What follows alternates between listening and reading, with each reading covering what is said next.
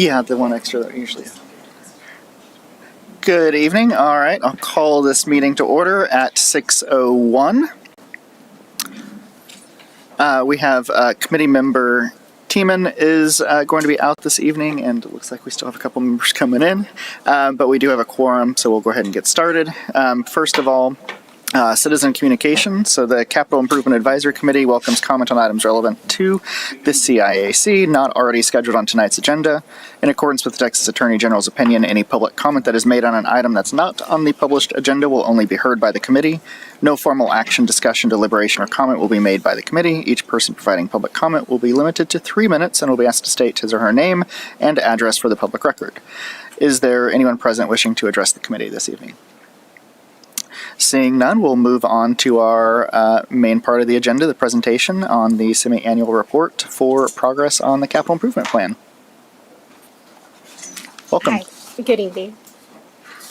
All right, good evening, Abby Morrison, Public Works Services Director. Tonight we're here to share an update on the city's capital improvement program projects. So right now we currently have approximately 61 active projects, 38 of which are in design and 23 are in construction. So we have a lot going on around the city. And as a part of our responsibilities tonight, under the Chapter 395 of the Texas Local Government Code, we're also requesting that this report be filed with the city secretary. Our project management teams are working hard to move these projects forward, often coordinating with other agencies like Travis County and the City of Austin to keep these projects going and make them happen.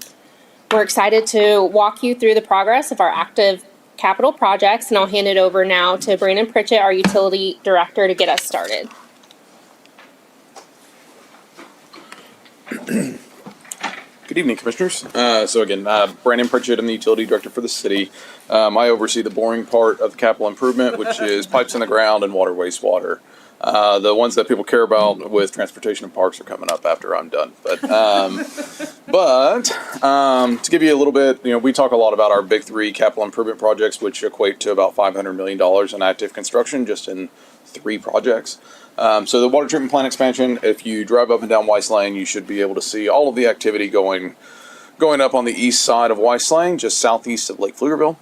This expansion, as we mentioned before, is to expand from 17.7 million gallons per day to 30 million gallons per day, maintain regulatory compliance for our surface water system, upgrade infrastructure to improve water quality, as well as optimize the site layout for future needs. So a little bit of I think every time I give this, we kind of have new construction aerials of kind of the progress. As you can imagine, this is the first picture before construction really started kicking off. And then as you can see, over the past year and a half or so, we've just consistently added more and more concrete and what seems like more and more concrete, but there's a lot of pipes in the ground as well. So the pretreatment basin, if you're looking from Weiss Lane directly into the property, you can see it towering above everything else, which is the pretreatment plate settler basin. In this image, you can see the new membrane facility excavations happening. And currently, as we're looking now, the new membrane building is getting to finished floor elevation and about to go vertical. The pretreatment plate settlers are generally installed, chain and flights are all done, and all of our water tightness tests on all the clarifiers in the back of the property have all completed their water tightness tests and are about to have the equipment installed. So the second of the big 3 projects is the secondary Colorado River raw water line. This is a 15-mile pipeline and a pump station expansion. This is to expand the city's raw water capacity. So I talk about the big 3 a lot. You've got raw water supply going into Lake Pflugerville. You have raw water treatment that goes through the water treatment plant expansion to distribute it out to residents. And then I'll talk about the other side of that, which is the Will Barker wastewater treatment facility. So it's one big circle for 3 massive projects. But this one is to deliver raw water to Lake Pflugerville. It essentially doubles our capacity to be able to divert water from the Lower Colorado River Authority.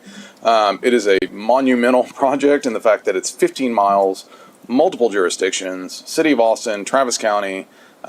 We've had to work a lot with Cap Metro, Austin Energy. There's a lot of government agencies along this route, and governments are fun, right? We're bureaucratic, and it takes a while to get this going, and it took quite a long time for easement acquisitions, get a lot of ILAs and MOUs with those other governmental entities, but we finally have this one in construction to be able to put the pipeline in the ground, and they're actively working on clearing that site and then about to start putting pipe in the ground over the next couple months. So the Wilbarger Regional Wastewater Treatment Plant, this is the city's greenfield wastewater treatment facility. If you are wondering where it is, I totally understand because it's on Greg Lane and the address is technically Manor. But it is in Pflugerville. It is right along Greg Lane, just next to Manor High School. This is a 6 million gallon per day greenfield wastewater treatment facility. So by greenfield, I mean there's nothing there. It was quite literally a green field. This serves the Wilbarger and Cottonwood basins. This facilitates decommissioning a plethora of lift stations that we have across the city. So a lift station being where we take wastewater at the lowest point, pump it up and over a hill. This allows us to gravity flow all of that wastewater to a new wastewater treatment facility and not pump it over to the central wastewater treatment facility. We have a lot of project savings with this project. This one was funded through Texas Water Development Board, much like almost all of our projects are either through Texas Water Development Board, through the EPA WIFIA program, and they've been monumental partners in saving ratepayers money and interest because we get better terms, better rates as compared to going to the open market to issue certificates of obligation. This project, you'll be able to see, we did just an aerial for this one because this is an expansive project, and to get one picture that covers it all is very difficult. But time-lapse across it, we're just now starting to go vertical on the aeration basins, as well as we sunk what's called sinking the caisson. That is a 60-foot deep excavation on the top of that picture, that's 60 feet underground. So it's a very interesting construction project, with that piece of it being a very unique way of sinking a wet well. And of course, we can't have a wastewater plant without, wastewater. So this is the Wilbarger Creek Wastewater Interceptor.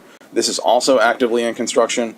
This conveys those flows that we spoke about to decommission those lift stations from called the Carmel Sorrento lift station, which is just on the eastern edge of existing Carmel at the end of Pleasanton Drive, and it gravity flows everything southeast to the Wilbarger Wastewater Treatment Facility. Again, this is active in construction right now. This is it's constructed with what's called HOBOS. HOBOS is a fiberglass reinforced pipe. So we chose that because these are massive excavations and massive tunnel projects to go underneath creek crossings, underneath road crossings. And HOBOS, while you spend a little bit more money, you get a longer life expectancy on our capital. And so a big theme on anything that we're doing utilities wise, we want to build it for life, right? We don't want to have to come back and 5-10 years from now go, well, we value engineered this down, so now we have to come back and spend a lot more money now. We want to spend the money now and do it correctly now, and not have to come back to this commission or the city council and ask for these fixes because we wanted to make sure we do it right. So this is a HOBOS pipe with what are called polymer concrete manholes. So the benefit of polymer concrete manholes is if we ever need to go replace them or repair them, they are lifetime manholes. So you don't have to recoat them like you do on a standard manhole. So we pay more for longer life expectancy and minimize the city's O&M costs over the life of the asset. So those are the big projects, but don't be fooled by the fact that we still have pipeline projects that are still actively either finishing design or about to go to bid. So I won't go through each one of these projects because, again, nobody likes to talk about pipelines in the ground. But these four right here, so we have the Cottonwood West Interceptor and Lift Station that is on the east side near Cameron Road, near where current Jesse Bowles is. And then we have the 36-inch Sorrento Wastewater Interceptor that travels along the eastern corridor of existing Sorrento, as well as the 15-inch North Wilbarger Wastewater Interceptor that crosses under SH-130 to serve that northern region on the north side of SH-45, west of SH-130. And on the water side, we have the 42 and 36-inch Weiss and Pecan Street water lines. The reason I highlighted these four is these are all about to bid within the next couple months.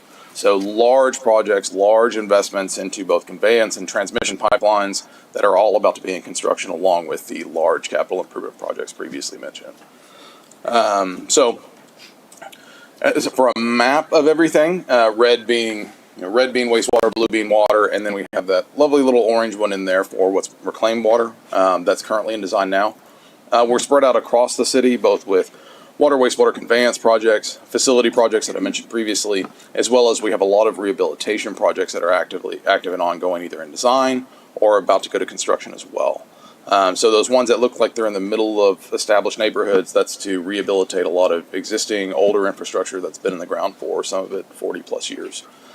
So while we have a lot of new infrastructure going in the ground, we also want to make sure that we're taking care of the existing infrastructure, right? So these are systematically programmed over the next few years to be able to really keep hammering that point home for existing infrastructure to be rehabilitated. So moving away from water, wastewater. So when we talk about facilities, so there's two facilities that are current and active. So downtown east, which if you drive down 685, I'm sure y'all have seen that is actively in construction. I won't begin to go into the details of that because I don't know them, but I know it's active in construction. So Jeff, in just a little bit, will talk to y'all more about the Monarch. That's the rec center. Sorry, Jeff's going to be better at Parks and I, but he'll talk to you a little bit about that piece of that project. The Public Works Complex. This is to be built on the just adjacent to the water treatment plant where future East Pflugerville Parkway is. This is going to council for construction award tomorrow night. So this is a 115,000 square foot site with 75,000 square foot of facility for staff, for public works staff. So if you'll ever come out to the wastewater treatment facility, you will see where the majority of our folks office out of at the wastewater treatment facility in our multiple trailers that we have. So with that, I'm gonna, if y'all have questions for me, I'm happy we got a whole slide for questions, but I'm just gonna turn it over to Evan to talk about roadways. Yeah, if you don't mind, I just have a. So, how are you? You might say those big three projects, big four projects are enough. How do you feel about execution on the rest of these projects that are going out to bid now? It's in terms of staffing, timing, all of those good things. So I'm fairly comfortable because I'm gonna put this as nicely as I can because I love Jeff, who's on my team. Not this Jeff. Jeff loves pipeline projects, right? And Jeff. We've caught on to that, I think. Yes. What's that? We've caught on to that. Yeah. Yeah. Jeff loves some pipeline projects, and but my thing about pipeline projects is they're actually a lot simpler than people realize. The hard of construction. The hard part is the beginning. Yeah. When getting easements, temporary construction easements, and negotiating with landowners. That's where it's difficult. Yeah. Once they go into construction, they're actually much easier than a facility and move much quicker in construction. Gotcha. I had one other quick thing. On the raw water line project, are all three of those contractors under construction now, so each of the segments, or they are? Correct, yes, sir. There's three contracts. Mm-hmm. One is the pump station itself. Yeah. The second contract is City of Austin jurisdiction, so from the pump station to City of Austin, and then the third one is Travis County post City of Austin. All three are under contract. All three came to council for award at the same time. Gotcha. So they're all active in construction currently. Yeah. Okay, I had one, just a curiosity update.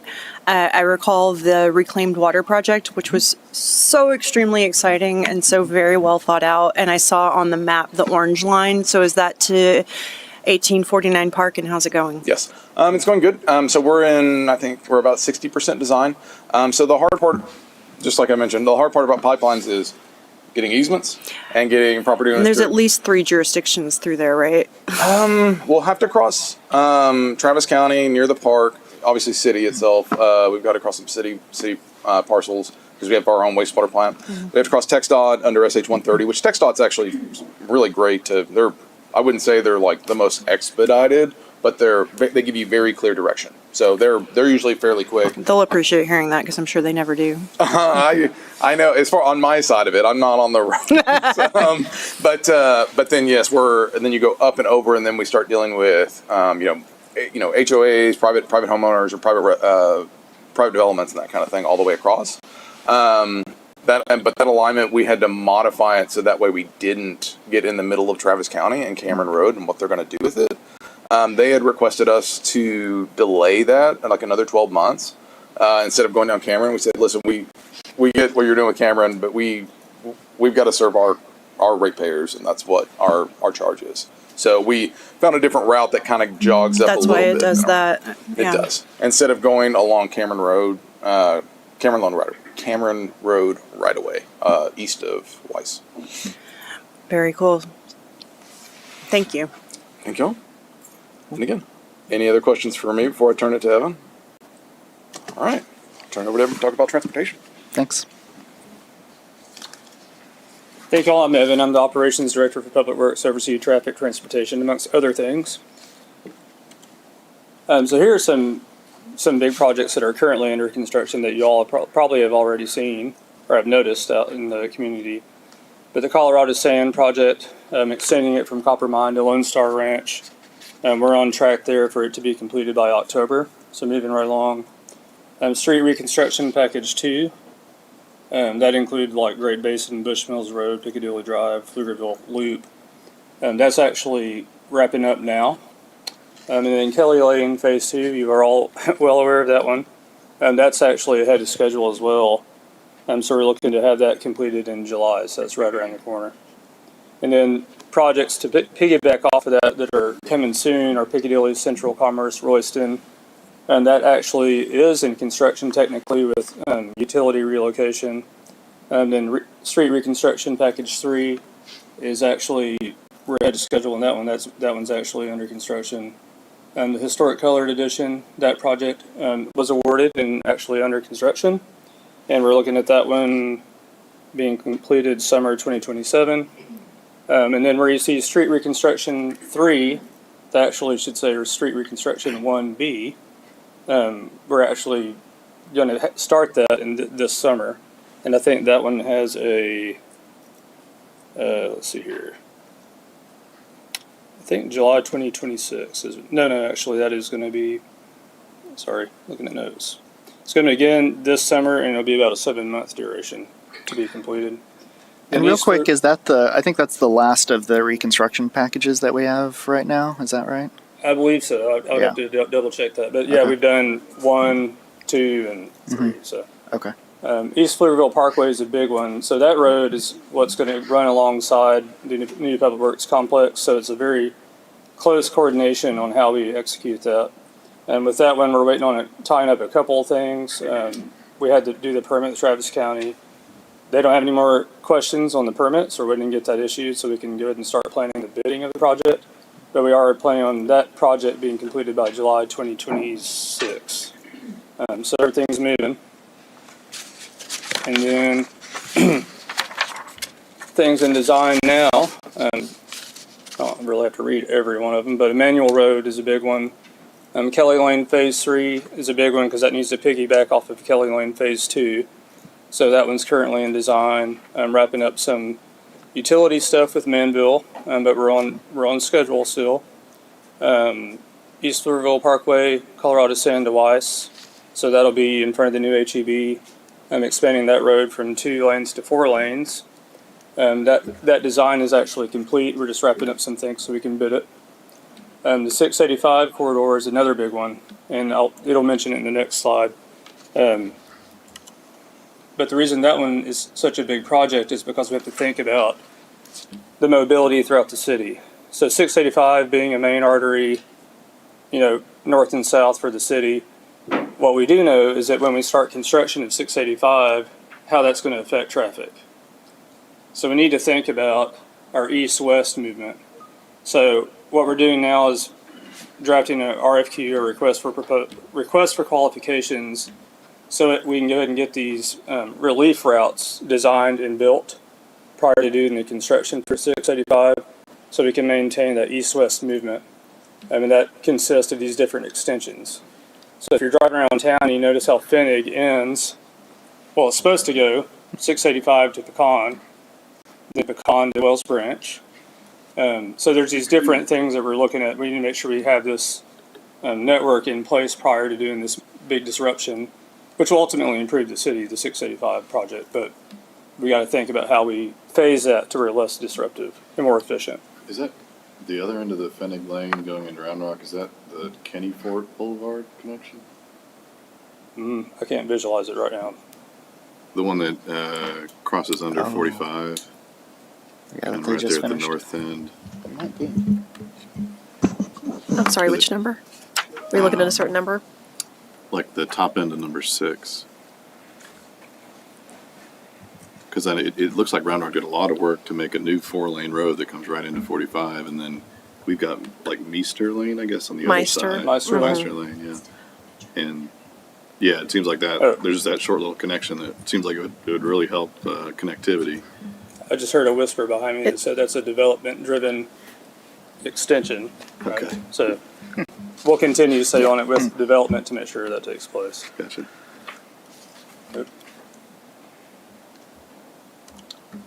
This is meant to just illustrate what it looks like from the 10,000 foot view, maybe 2,000 foot view. Intersection projects, roadway projects, corridor studies. I only had 4 slides. I'm sorry, that was pretty quick. If y'all have any questions, though, I'm happy to answer them. I know you had quite a few stoplight upgrades and projects related to safety in that vein. How did those go this year? Good. We've actually completed a lot of them. We did pedestrian crossing improvements at all of our intersections. We provided battery backup units to all of our intersections. So we maintained signal function if there's like a power outage. That was the big one because it buys you time to address that. Some other stuff we've done is we've implemented our software. So now we get, whenever there's a signal malfunction, we get a push notification of it. So we don't wait to hear from dispatch of an issue. That's why it's getting fixed faster. I've Yeah. noticed it. Thank you. Yeah, you're welcome. But having a tech in-house, like we do contract traffic signal maintenance, which does have a portion of the contract where we can call them out to do things other than just routine maintenance. But we wanted to phase in an in-house technician so we know we can get it done quicker, which we've done. So that's really improved efficiency. It shows. Yeah, thank you. Yeah, agreed. I had another couple. But Yeah, go for it. So, number one, thank you for the stoplight by Spring Hill Elementary. That stop sign used to be enough, and y'all got that stoplight put in really quickly, and all of the parents are very grateful. Awesome. It's all we can talk about. And then two, you know that we need to hear a lot about row lanes so that we can engage better with the public when they come for developments in that area. So I see there's a corridor study happening and some intersection projects. Can you tell me more about anything that's going on there and timelines? With Row Lane specifically. So Row Lane, there's a Derby Day in Row Lane project, and it's in place, and that's a partnership with Williamson County as a part of the Wilco Highway. We are participating with them to install a signal at Derby Day at Wilco or 138. So that's a safety thing for our residents. And another thing that we requested as a part of that project is you might notice on 138 going to 130, there's the plastic delineators.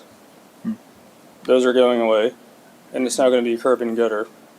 So not only is it going to be safer, it's going to look nicer and less maintenance, so you'll save cost in the end. But that's a big one. That's the status of the row lane. And the corridor study, city and county partnership, is there any kind of timeline on when the study will be completed and what the next steps will be? I'll have to double check on that and get back with you. Okay. It's so many jurisdictions over there, so I get it. I think the other one I wanted to ask about too was the 45 frontage roads that I know we've talked quite a bit about and been going back and forth with TxDOT on that. Has there been any movement on that? So we're actually addressing that at the legislative level. The last we spoke, Round Rock is still on board to do a partnership with our city to do the ramp reversals at Heatherwild and 45. We already have a proposal for the engineering cost to do so. That's been shared with Round Rock. We've met about it, discussed it, gone through it. But that is the hurdle. Gotcha. So we're still stuck based on state law that says the toll road company has to be paid back. Yeah, and essentially. I would say that we've made progress. So because now we're at the legislative level and really pushing that, and that's becoming an even more visible issue or topic. So we are progressing with that. Good. Glad to hear it. Thanks. Yeah. Anybody else? All right. All right. If there's no more questions for me, I'll hand it over to Jeff. Thanks, Evan. Good evening, commissioners. My name is Jeff, and I love you too, Brandon. So I get to talk about the fun stuff. We'll talk through some ongoing park projects that we're working through now, There's just a map. We're working across the city on a lot of our things that we have going on right now. As mentioned, one of our items on our CIP is the multi-generational rec center. I'm sure you've all heard quite a bit about, but I'll just cover it in short in case you haven't. It's 140,000 plus square foot facility that'll be the second largest rec center in Texas when it's constructed. It'll have 4 high school basketball courts, 8 middle school sized basketball courts, 4 volleyball courts, and then 12 plus pickleball courts. I think we're landed on 12 pickleball courts, but there'll be a lot of pickleball played in that building. It'll of course have a fitness and cardio area on the second floor. You can see the windows right above the entrance. That's going to be the fitness area. It'll have an indoor aquatics facility that's primarily geared towards recreational play. And then it'll have what's going to be really unique about this facility. It'll have an indoor turf area, which isn't super unique, though there's not many that have it. But it'll also have a turf ramp that goes from the first floor turf area up to the fitness center on the second floor. So some additional workout fitness opportunities for folks. It'll have an adventure track. So a lot of recreation centers have the track that goes around the basketball gym on the second floor. This will be a little different. It'll have a figure 8, so you can just do one kind of, not sure how to say it. It'll just be one loop that you can take that's like the same grade. And then it'll have a second loop that will have some adventure opportunities, stairs, other ways to work out. So it's going to be, and it'll have a 300-person event space and some classrooms on that top floor. So it's going to be an incredible amenity for this community. Like I said, one of the largest in Texas. We're really proud of that. We're currently working on 1849 Park Phase 2. This is not the only phase going on at 1849 Park currently, but you can see this picture is taken a couple months ago. They've made a lot more progress than that, but it gives you an idea of how much work they had to do on the grading there. The baseball fields are going to be about 30 feet below those football fields on the top side of that picture, so they had to do a lot of work to get these big flat spaces ready to work on. Construction's about 36 complete currently, so this is going to include parking, 2 baseball fields, 1 softball field, an event lawn, and then all the things that go along with that. So you got playground, concessions, space for food trucks, and then trail extensions that will eventually lead to phase 3 of 1849 Park. And this gives you a little bit of an idea of what that's going to look like at completion. So we're really excited about this. These will be our first baseball and softball fields within our park system, not the first in Pflugerville, obviously. We've still got some more work to do on that. We're actually doing an athletic field feasibility study currently to try to determine where we need to improve on our athletic offerings. But this is going to be a great start for us, so we're excited to open that. Our goal is to get this open in time for spring 2026 baseball and softball, and we're pretty confident we're going to be able to do that. The other phase of 1849 Park that's happening currently is phase 1B, so this is adding some amenities to what is currently phase 1, which already exists out there. Construction's about 11% complete on this. This is going to include new parking spaces, several hundred new parking spaces, which if you've been out there on a weekend, you know is desperately needed. Parking lot lighting to go along with those parking spaces. Football field lighting. Those fields are not currently lit, so they'll have the same must-go lighting system we control, from our phones or from online. So that'll be a huge add-on to the football facility. And then stormwater detention for both new and existing park amenities. So they're kind of fixing some stormwater drainage issues that we've had from phase 1, and then trying to incorporate this new impervious cover and what we'll need to do to handle that. We also have Murchison Mallard Pond Park, which construction will begin next month. This is part of our neighborhood park expansion through the bond. This is going to include a new playground in this area, pollinator garden, and then open space and trails. There's several amenities that are on this site already, and this project is kind of connecting those and then adding to it with new playground, new pavilion. So we're really excited about that. Piccadilly Park. So design on this park is 90% complete. This project originally included new trails, discovery-based play elements, and then a wildflower pollinator meadow. I will tell you this project is currently on hold right now because there's going to be some drainage improvements that have to happen on this property. And we would hate to build this park the way that it looks in this design and then have to come through and take a lot of that out to mitigate some of those flood impacts. So we're working with our utility teams to try to make sure that whatever we design here, whatever gets built here, is in conjunction with those improvements. Probably going to include some trail extensions down Gillen Creek to add to our trail system. Like I said, design's 90% complete, but that project is probably not going to be able to be constructed in the way that we have designed here. Kelly Lane Park, design's 100% complete on this. We're hoping to bid this out later this month. This is also part of our neighborhood park expansion. This will include a playground, pollinator garden, trails, additional parking, and our first outdoor pickleball courts in our system. So we know folks will be very excited about that. The historic water tank and Old Town Park project, which the Planning and Zoning Commission and the Parks and Rec Commission have been intimately involved with as our steering committee. We are master planning this site, trying to create a gathering place, trying to reimagine this space that's pretty blank canvas for us right now. And what we've heard through our public engagement, through our steering committee, is to incorporate educational as well as historical value on this property. So that master plan is pretty close to complete. We plan on bringing that to City Council in a work session this month. And then based on feedback from City Council and any changes that may be made there, bringing that back to both Planning and Zoning and the Parks and Recreation Commissions before approval by City Council in hopefully May. Destination Play Space, our design process on this is supposed to begin in 2025. This is a destination play area is something that draws people from across the region. Again, it's kind of what we're talking about with Old Town Park, where it's a reimagining of a play space.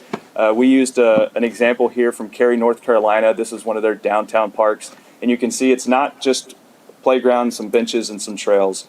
It's really rethinking play space for people of all ages, incorporating not just kids and families, but teenagers, seniors, trying to get a space that's a community gathering space for everybody across the city, but again, also a regional draw to our community. Location is TBD on that, but again, we hope to start design, identify that space this year, hopefully pretty soon, next couple months. And this is just a rundown on what we just talked about. Happy to answer any questions. One quick thing on the destination play space. I know that has been in plan. I didn't actually see it in the long form of the reporting here, so I don't know if that was just a oversight or if that needs to be Should have filled in.